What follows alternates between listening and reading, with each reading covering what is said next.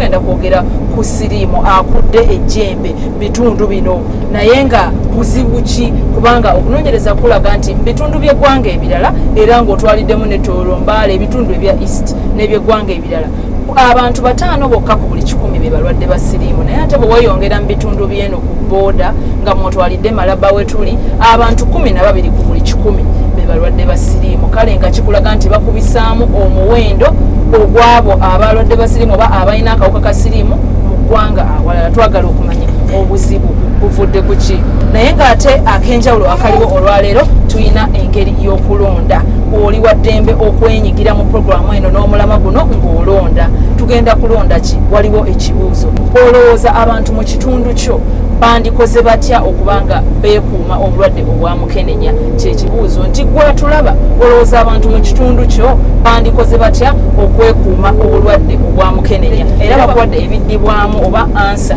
bina kwolina okulonda ekisooka oba nti bakozese kondomu buli baba beegase n'omuntu B oba bba kyekyokubiri nti nedda bagende beekebeze n'abaagalwa baabwe kya oba si era ekyokusatu nti basigale nga beesimbu eri abaagalwa baabwe baleme kutambula kugenda mu bifo byanjawulo ate gye bayinza okusanga obulwadde ate ansa ey'okuna oba dda oba ddi mu luzungu yo ekugamba nti bw'oba olowooza nti ebyo byonna tekuli kiyamba gwe gy'oba olonda nti nothing nti kwebyo byonna by'oyogedde tekuli kiyamba gwe by'oba olonda oweereza otya obubaka buno genda mu ssimu yo mu message owandiike ekigambo baazi bakiwandiika mu Luganda nti ba u zaza ate mu luzungu nti b u z z kya kigambo kya nnyukuta nnya olekewo akabanga katono ng'omaze okukiwandiika mu message zo oteekewo ekyo ky'olowooza nti ye ansa yo oba ekiddibwamu ku kibuuzo ekyo kye tubuuzizza oweereze ku 8228 obubaka buno bwabwereere tebagenda kujjako yadde 10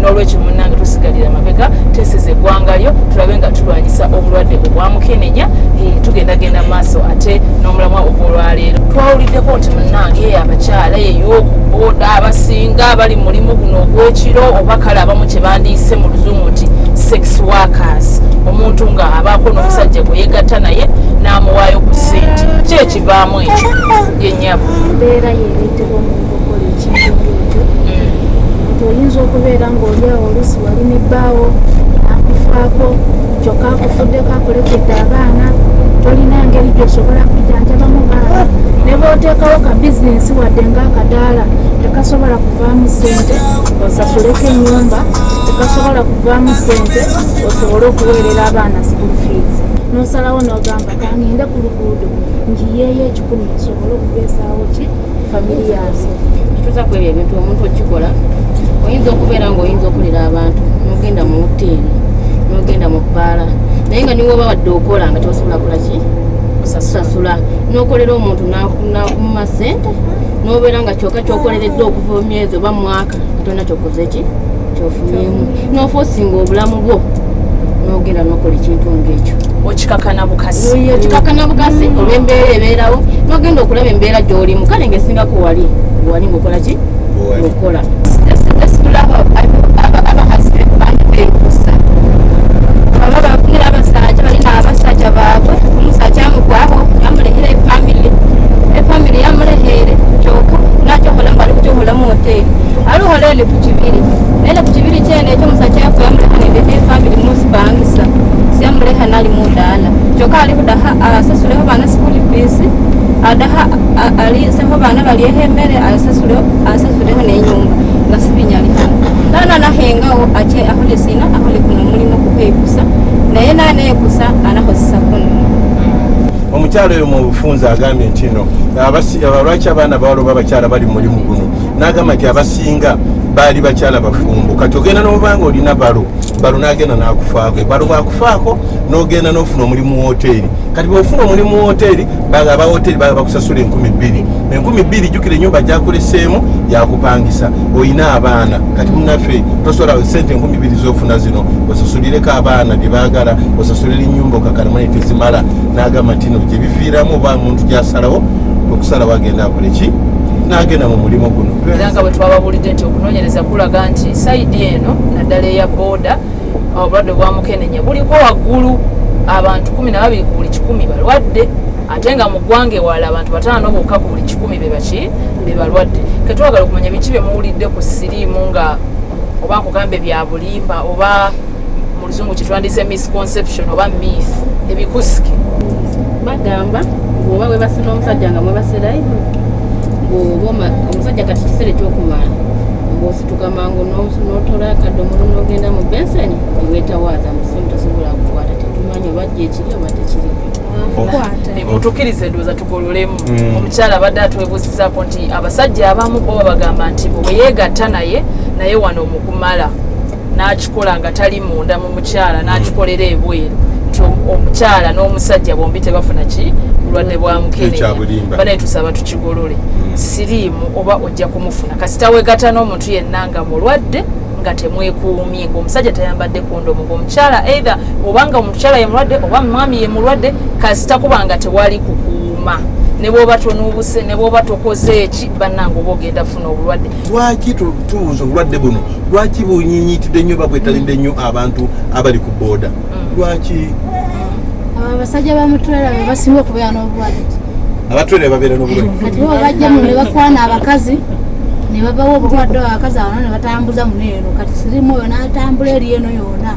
Mama tubuulire ensonga tuweeyemu oba bbiri lwaki munaku obulwadde eno gye bwettanira gye bwerisiza enkulu.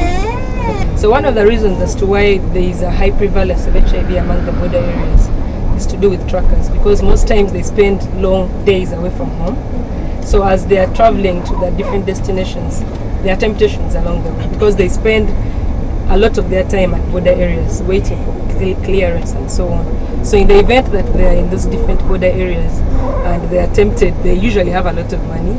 So it means that they are more liable to get exposed to HIV. Because where you find truckers are, that's where you find many of these commercial sex workers. And because they're also looking for the money, the two go hand in hand. So it's not surprising that actually the prevalence is high in the border areas.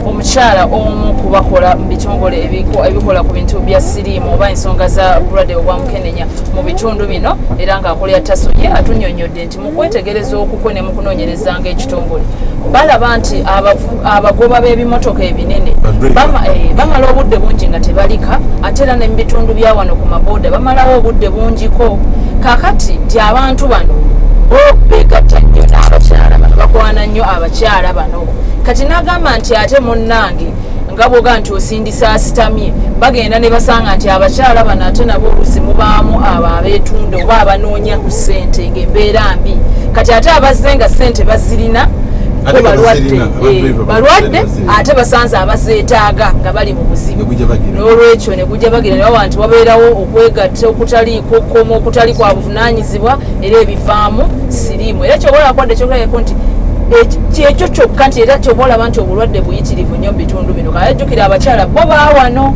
tugenda kuba nga ate tuwulira ekiba ew'omukulu Mutebi Kimera ng'ono ye manager atuukibwako oba center manager mu Taso oba ekitongole kya the AIDS Support Organization wano e Tororo be bamu ku bakoze okunoonyereza okw'amaanyi mu bitundu bino mu kikwatagana n'ekyobulwadde obwa mukenenya katuwulire omukulu ye bw'akyogeramu.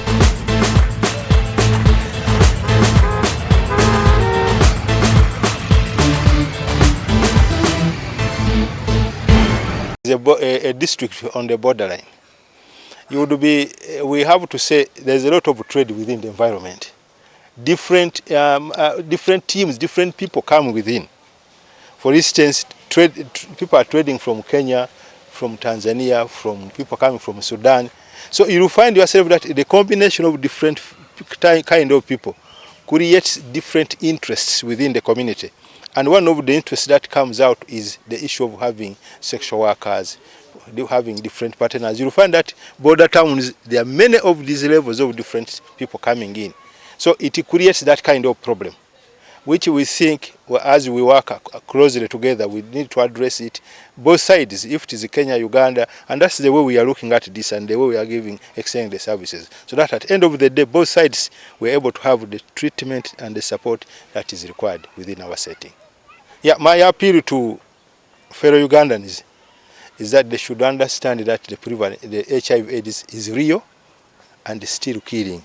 Get to know that in Uganda, when you talk about HIV prevalence, right now, I think it is one of the countries which has, every day, the prevalence is going up. we need to change our attitude.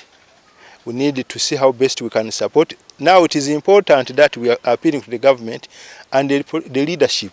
We are engaging the leadership. Let them begin to move down to the communities, still sing the song of reduction of HIV/AIDS, making people to appreciate, make sure that we help each other to make sure that the virus, which is eating most of the productive people here in this country, comes down.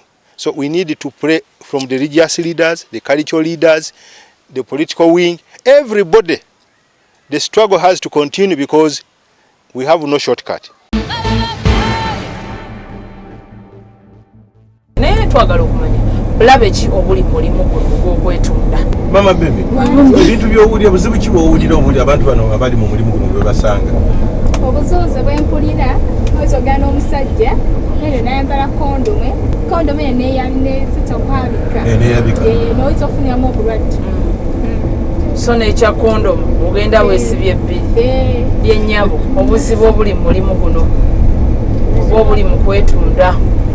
Musobola kutegeeragana naye bulungi ate lwemutuuka mu luumu gomanyi nti agenda akukozesa mu maaso naye nasalaba nti nagenda akukozesa mabega.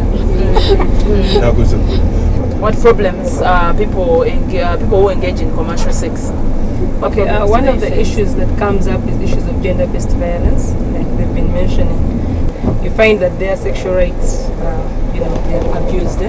Sometimes you find when we interact with them, they tell us that a gentleman, for example, might have agreed in the beginning that they were going to use protection, that they were going to have safer sex, but along the way, the gentleman changes his mind. Omukyala avaako mutaso atunnyonnyodde nti abantu bano ogenda ne weesanga nti eddembe lyabwe lirinnyirirwa. Abateeseza nti kale tugende mu kikolwa kino naye twambale olutuuka eri ng'ate omusajja yeekyusa. Olwaleero tulina ak'enjawulo, oyina omukisa ogwenyigira mu kulonda. Tulonda ki? Waliwo ekibuuzo. Ekibuuzo kiiki nti gwe olowooza abantu mu kitundu kyo bayinza kukola batya okwekuuma obulwadde obwa mukenenya? Byoddamu bye bino oba ansa ze zino. Olina okulonda kyoddamu oba nti balina okukozesa kondomu buli lwe beegatta n'omuntu. Ba oba B ekyokubiri nti balina okugenda ne beekebeza n'abaagalwa baabwe. Si oba kya nti balina okusigala nga beesimbu eri abaagalwa baabwe ne batagenda nga baggayagaya babundabunda ate gye bayinza ate okujja obulwadde obuki obula kugamba ne batenda omuntu n'asigala ng'ali ku muntu ki omu. Di oba dda oba ekyokuna nti ebyo byonna waggulu teri kiyamba. Gwe olowooza nti byonna waggulu teri kisobola kuyamba gweronda dda. Era nga munnange kujjukiza nti obubaka buno obuweereza ku 8228 owandiika otya? Ogenda mu meseji y'essimu yo n'owandiika ekigambo baazi owandiika BUZZ mu lulimi Oluganda BAWUZZ. Kigambo kino kya nnyukuta 4 zokka. Okiwandiika n'olekawo akabanga katono n'oteekawo ekyo ky'olowooza nti ye ansa yo oba yendowooza yo oba ekyokuddamu kyo. Mwatulaba nga wenyigira mu kulonda kuno tusobole okuggyawo obulwadde bwa mukenenya mu maka gaffe, mu ggwanga lyaffe ate era ne bulamu bwaffe.